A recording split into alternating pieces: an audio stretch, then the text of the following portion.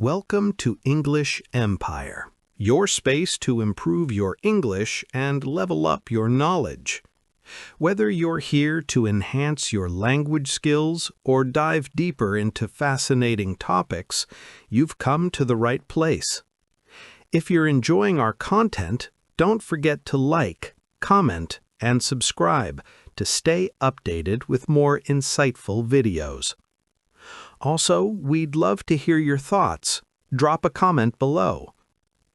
Today, we're embarking on a captivating journey into the life and legacy of one of the most influential thinkers of all time, Sigmund Freud. Known as the father of psychoanalysis, Freud revolutionized the way we understand the human mind.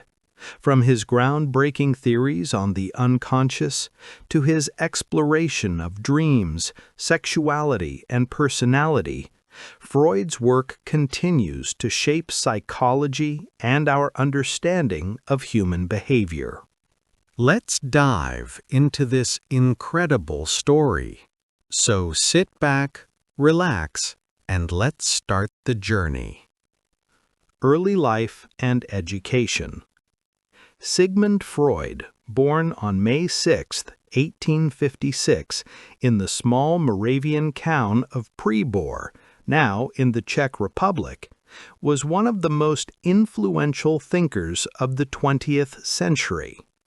His work laid the foundation for the psychoanalytic theory that changed the way we understand the human mind.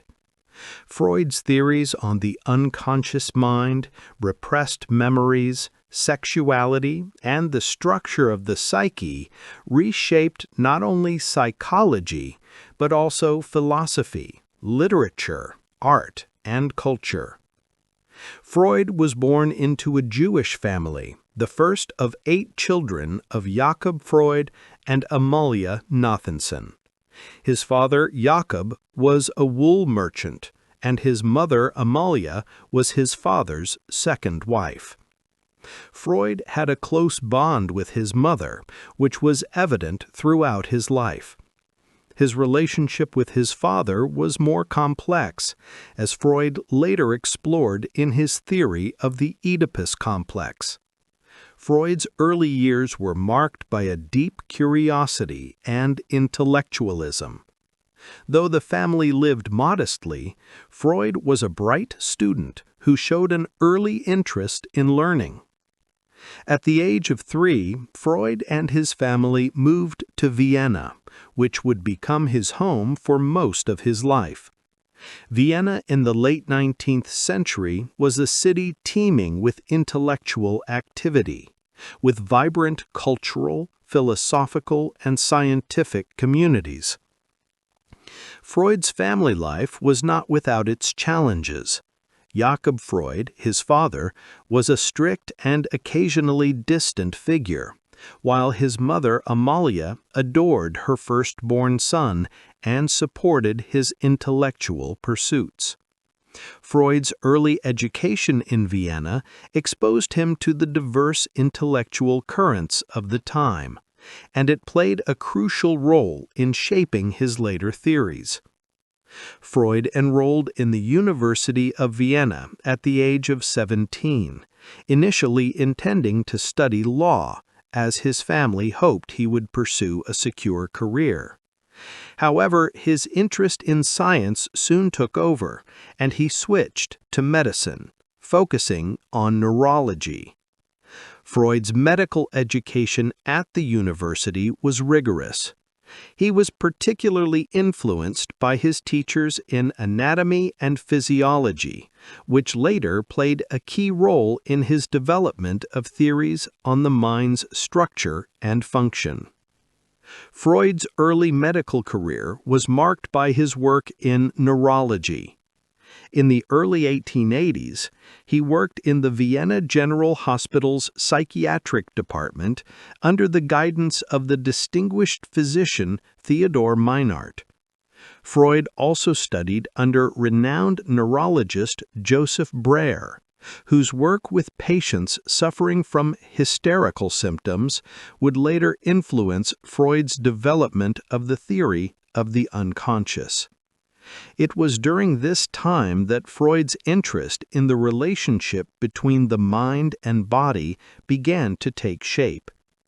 He became fascinated by the psychological aspects of illness, particularly the symptoms of hysteria, which led him to begin exploring the human mind in greater depth. Freud's first encounter with the unconscious mind. One of Freud's early breakthroughs in his understanding of the human mind came through his work with Joseph Breuer, with whom he co-authored a pivotal text, Studies on Hysteria, 1895. The book was groundbreaking for its exploration of the role of repressed memories in psychological disorders. Through their work with patients, particularly a woman known as Anna O., Freud and Breuer discovered that hysterical symptoms could often be traced back to traumatic or repressed memories that had been buried in the unconscious mind. This marked the beginning of Freud's exploration of the unconscious as a crucial element in human psychology. Anna O's case is particularly famous because it was through her treatment that Freud and Breuer discovered the power of catharsis, the process of bringing repressed memories to consciousness through talking about them. Anna O was a young woman who had been suffering from a variety of symptoms, including paralysis, speech difficulties, and hallucinations. Breuer's approach to her treatment involved encouraging her to talk about her symptoms and the emotional experiences linked to them. Through this process, Anna O was able to recall and confront repressed memories of traumatic events, and many of her symptoms were alleviated. This approach, which Freud would later call the talking cure, formed the basis of his psychoanalytic method. It also pointed to a critical insight that would become central to Freud's work: that much of human behavior is driven by unconscious processes that are inaccessible to the conscious mind. Freud's interest in the unconscious was further cemented when he began to develop his ideas about dreams. In 1900, Freud published his seminal work, The Interpretation of Dreams, in which he argued that dreams were a manifestation of unconscious desires and conflicts. He believed that through the interpretation of dreams, one could gain access to the repressed material buried in the unconscious mind. In The Interpretation of Dreams, Freud proposed that dreams are the royal road to the unconscious, a place where the mind expresses repressed desires, fears, and unresolved conflicts in symbolic form. This theory was revolutionary, as it suggested that the unconscious mind was not a passive repository of forgotten experiences, but an active force that shapes thoughts, behaviors, and emotions. Freud's work on dreams established him as a leading figure in the emerging field of psychoanalysis, and set the stage for his later theories on the human psyche. The Emergence of Psychoanalysis. During the 1890s and early 1900s, Freud's ideas began to develop his theory of the human psyche. His early ideas centered around the notion of repressed memories and unconscious drives. Freud proposed that the mind could be divided into three parts: the conscious mind, the preconscious mind, which contains memories and thoughts that can easily be brought into awareness, and the unconscious mind. The unconscious mind, he believed, was the repository of repressed memories and desires, many of which were sexual in nature. Freud's theory of the unconscious mind was controversial, especially his emphasis on sexual drives as a central force in human development. He argued that many psychological problems were rooted in unresolved sexual conflicts, often originating in early childhood. Freud's concept of the Oedipus complex, introduced in The Interpretation of Dreams, was one of the most controversial aspects of his theory.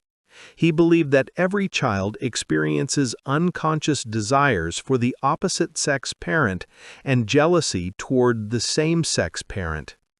This theory has since been widely debated, but it was groundbreaking at the time and had a profound impact on both psychology and cultural theory.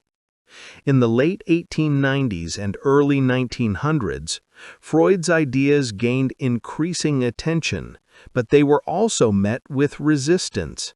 His theories were rejected by many of his colleagues in the medical community, who considered his ideas unscientific and overly speculative.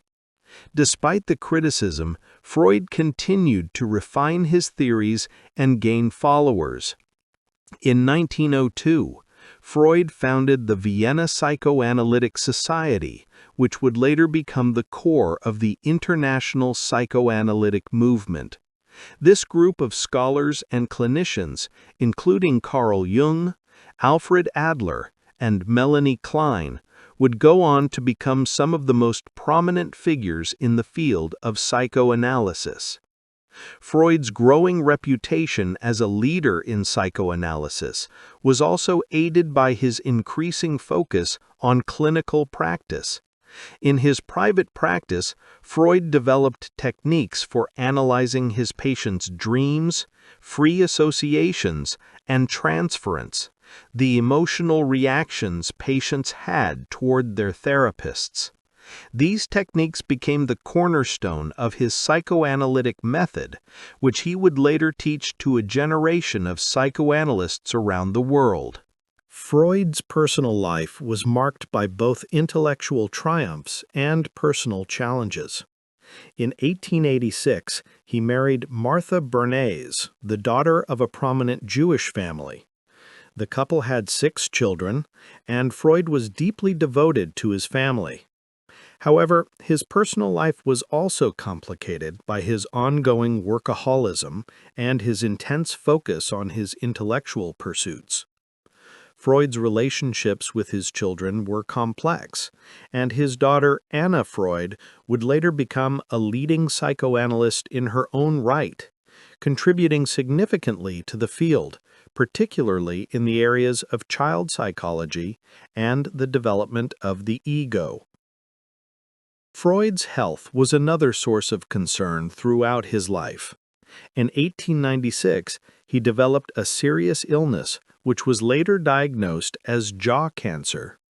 He underwent multiple surgeries over the course of his life and was in constant pain for many years.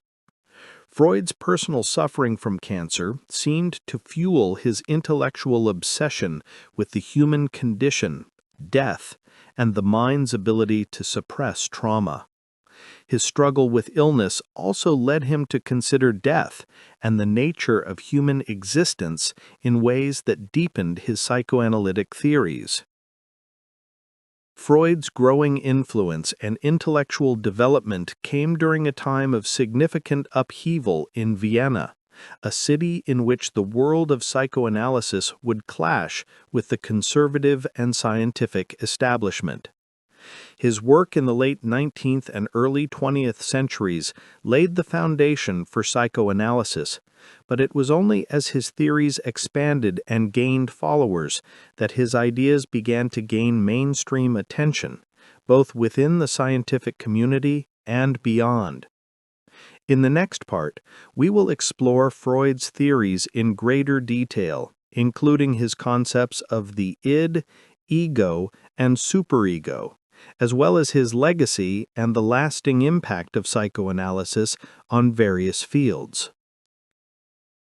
As Sigmund Freud's intellectual career progressed, his ideas continued to evolve, leading him to develop the key concepts of psychoanalysis that would form the cornerstone of modern psychology. Freud's exploration of the unconscious mind, his theory of personality development, and his work on defense mechanisms would have a lasting impact not only on psychology, but also on culture, literature, and even the broader understanding of human behavior. In this second part of Freud's life story, we delve deeper into the formation of his theories, his key works, and his influence on the psychoanalytic movement, as well as some of the controversies and criticisms that followed him. The structure of the psyche: id, ego, and superego. By the early 1900s, Freud had developed a more sophisticated model of the human mind. In his works such as The Interpretation of Dreams, 1900, and The Psychopathology of Everyday Life, 1901, he outlined his theory that the mind was divided into three distinct parts: the id, ego, and superego. This model was an attempt to explain the complex interactions between our unconscious desires, our conscious self, and the moral and societal rules that govern our behavior. The id is the primitive and instinctual part of the mind. It is present from birth and operates based on the pleasure principle, which seeks immediate gratification of basic needs and desires, such as hunger, thirst, and sexual urges. The id is entirely unconscious and does not consider reality or social constraints. It simply strives for satisfaction. Freud's concept of the id was heavily influenced by his earlier work on sexuality and childhood development, as the id was seen as a repository of repressed desires, particularly sexual ones. The ego develops as a mediator between the unrealistic desires of the id and the reality of the world. Operating on the reality principle, the ego makes decisions based on rational thinking and societal norms.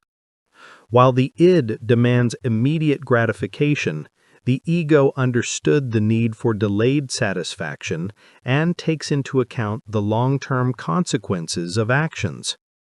The ego also works to keep the id in check and to ensure that impulses are controlled in a socially acceptable manner. The ego is mostly conscious, but also operates at the pre-conscious level, where thoughts and memories are easily accessible, but not in immediate awareness. The superego. The superego represents the internalized moral standards and ideals learned from parents, society, and culture. It develops during early childhood, as the child learns what is right and wrong and begins to internalize social rules. The superego functions to control the id's impulses, especially those that society deems unacceptable, such as aggressive or sexual urges. It is the moral compass of the personality and strives for perfection. The superego operates both consciously and unconsciously and can produce feelings of guilt or shame when a person behaves in ways that go against these moral standards. The interaction between the id, ego, and superego is central to Freud's understanding of human behavior. According to Freud, mental disorders and neuroses arise from conflicts between these three parts of the psyche. For example, when the ego is unable to manage the demands of the id or the superego, anxiety can result, leading the person to engage in defense mechanisms to cope with the tension. The balance between the id, ego, and superego is dynamic and constantly shifting, influencing a person's behavior and emotional well-being. Freud's theory of psychosexual development. Another major contribution Freud made to psychology was his theory of psychosexual development. Freud believed that early childhood experiences played a significant role in shaping personality and behavior throughout life. He proposed that children pass through a series of stages, each of which is focused on the pleasure derived from different parts of the body. These stages are 1. Oral stage, 0 to 1 years. During this stage, an infant's primary source of pleasure is the mouth. Sucking, biting, and chewing provide sensory satisfaction.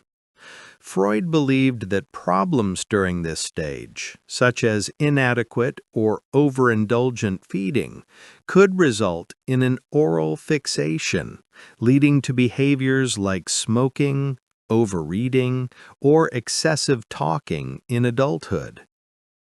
2. Anal stage, 1 to 3 years. During the anal stage, the focus of pleasure shifts to the anus as children learn to control their bladder and bowel movements. Freud believed that toilet training was a critical event in this stage. Strict or lenient toilet training could result in either an anal retentive personality, obsessive, orderly, or an anal expulsive personality, disorganized, messy, in adulthood. 3. Phallic stage, 3 to 6 years. The phallic stage is characterized by the child's growing awareness of their own genitals.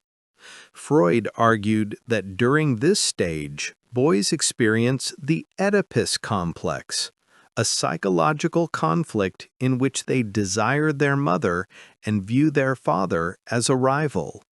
Girls, according to Freud, experience the Electra complex, in which they feel a desire for their father and a sense of rivalry with their mother.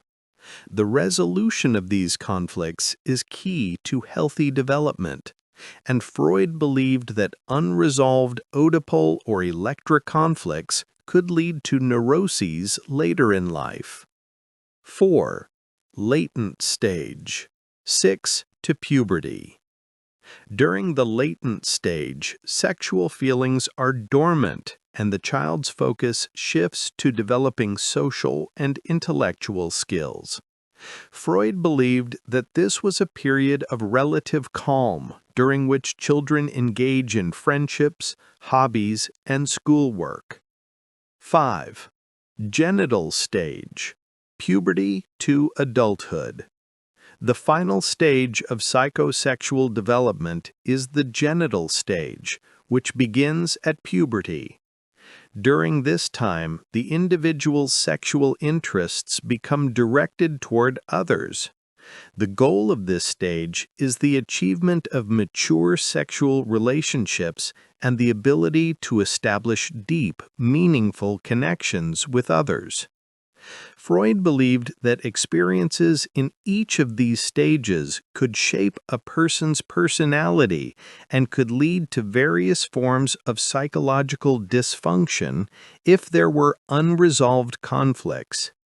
His theory of psychosexual development, though controversial, was one of the first to emphasize the importance of early childhood experiences in personality formation. The development of defense mechanisms. In the early 20th century, Freud began to explore how the mind copes with anxiety and internal conflict. He developed the concept of defense mechanisms, which are unconscious strategies that the ego employs to protect itself from overwhelming anxiety or psychological pain. Freud's daughter, Anna Freud, expanded upon her father's ideas and provided a more comprehensive list of defense mechanisms. Some of the most common defense mechanisms include repression. the unconscious blocking of distressing memories or thoughts from conscious awareness. This is considered the most fundamental defense mechanism and underpins many others. Repression is often involved in the process of forgetting traumatic experiences or feelings that are too painful to acknowledge. Denial, the refusal to accept reality or facts, often in the face of evidence that contradicts one's beliefs. Denial is common in situations of addiction, trauma, or illness, where the individual refuses to recognize the seriousness of their situation.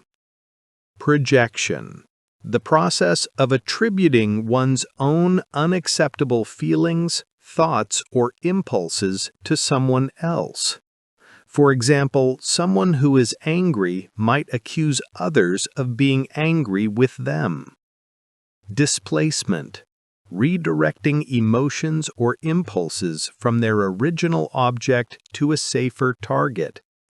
A person who is angry with their boss might come home and take out their frustration on a family member.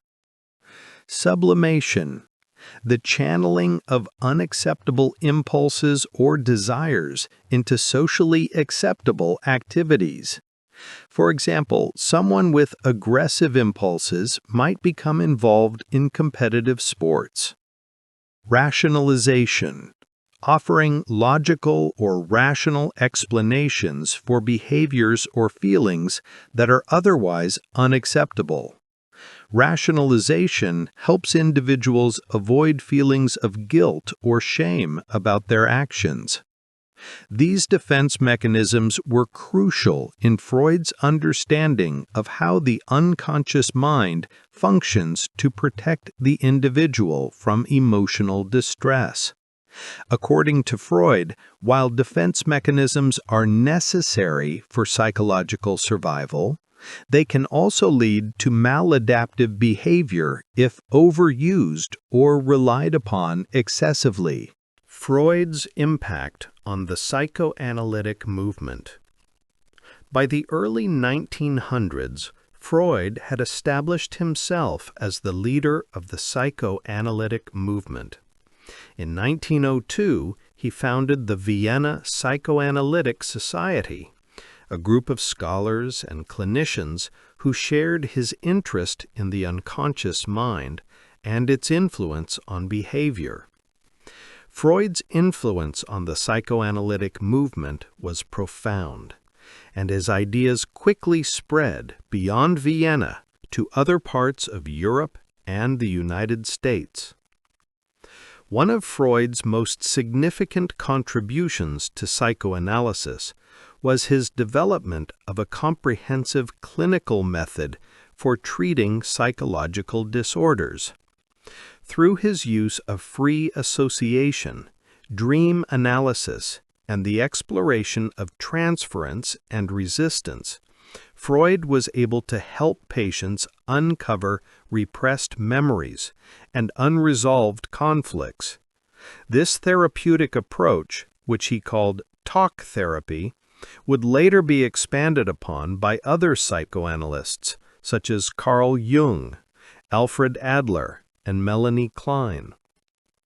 Freud's early followers, many of whom became prominent figures in their own right, helped spread his ideas around the world. However, Freud's work was not without controversy. His emphasis on sexuality, particularly the Oedipus complex and the sexual basis of neuroses, was often met with resistance from both the scientific community and society at large.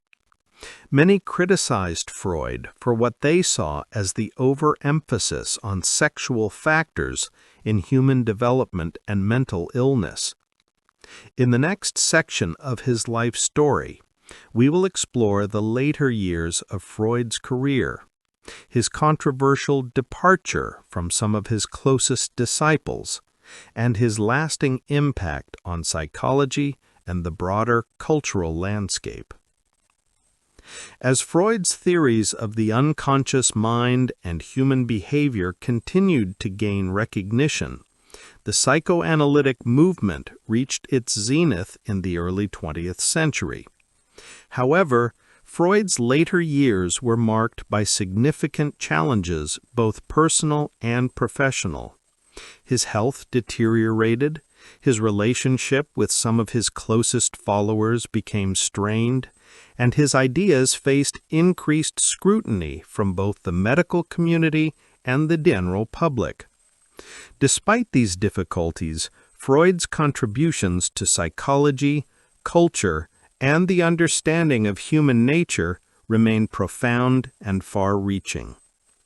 This final part of Freud's life story will explore his later years, his conflicts with followers, his legacy, and the lasting impact of his work on psychology and beyond. The decline of Freud's health. Freud's health began to seriously deteriorate in the mid-1990s when he was diagnosed with a cancerous growth in his jaw.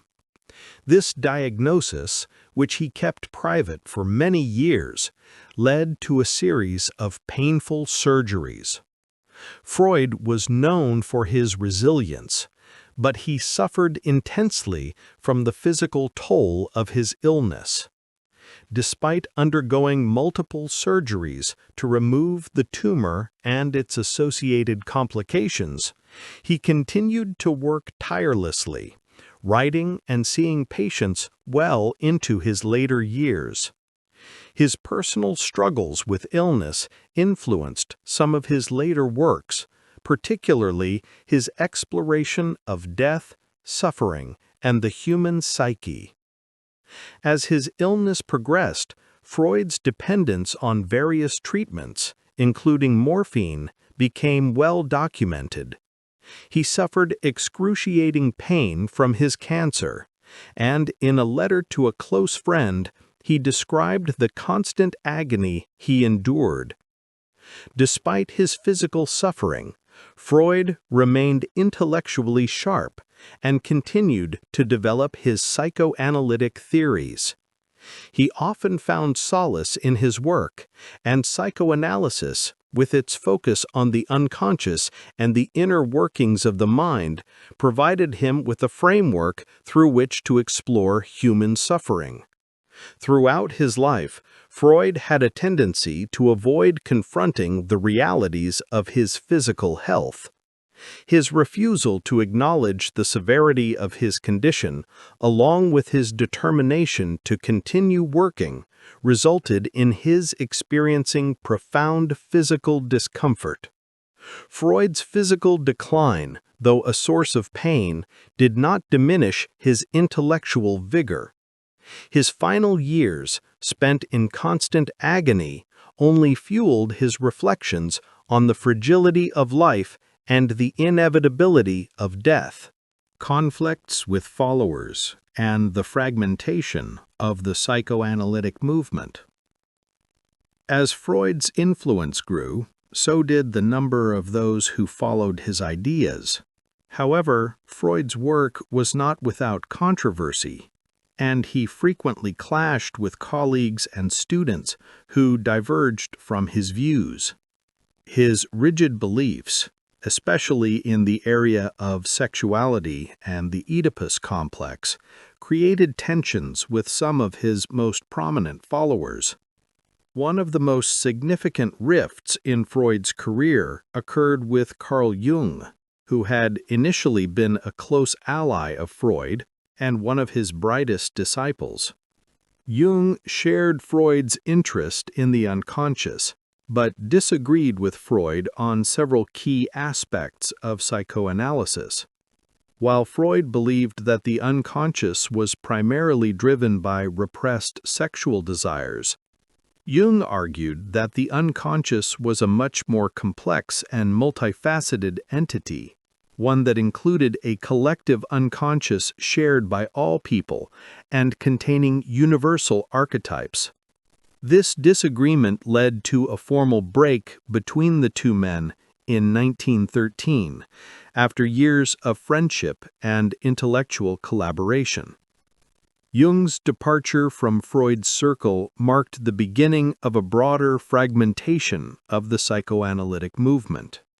Other figures, such as Alfred Adler, Melanie Klein, and Karen Horney, also began to develop their own theories, which deviated from Freud's original ideas. Adler, for instance, rejected Freud's emphasis on sexuality as the primary driver of human behavior and instead focused on feelings of inferiority and the drive for power. Klein, a pioneering figure in child psychoanalysis, emphasized the importance of early childhood experiences and internal fantasies.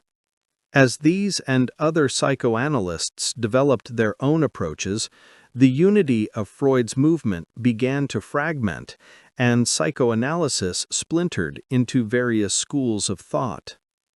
Despite these challenges, Freud remained steadfast in his belief in the centrality of the sexual drive in human development. His insistence on the primacy of the Oedipus complex and the role of sexuality in shaping personality alienated some of his followers and led to criticisms of his work as overly deterministic. Yet, Freud's ideas continued to evolve and influence the fields of psychology and psychiatry, even as his relationship with many of his followers became strained. Freud's last works and reflections on death. In his final years, Freud wrote some of his most reflective and philosophically profound works. These included Beyond the Pleasure Principle, 1920, The Ego and the Id, 1923, and Civilization and its Discontents, 1930, which marked a shift toward a deeper consideration of the nature of human existence, suffering, and civilization. These works revealed Freud's increasingly existential concerns, and in them he grappled with the limits of human nature and the inevitability of death. In Beyond the Pleasure Principle, Freud expanded on his earlier ideas by exploring the concept of the death drive, thanatos. He proposed that humans are not solely motivated by the desire for pleasure and survival, eros, but also by a drive toward self-destruction and a return to an inorganic state. Freud suggested that the death drive is at the root of destructive behaviors, aggression, and the compulsion to repeat traumatic experiences. This concept was revolutionary and controversial, as it introduced a darker view of human nature, one that suggested that life was not solely driven by the pursuit of happiness or survival, but was also shaped by destructive forces. In The Ego and the Id, Freud refined his earlier theories of the psyche, emphasizing the interplay between the id, ego, and superego. He described the ego as being the mediator between the primal instincts of the id and the moral constraints of the superego. Freud's reflections on the complexities of the mind deepened in these works, as he examined the ways in which individuals coped with internal conflict and external pressures. In Civilization and its Discontents, Freud examined the tension between individual desires and societal expectations.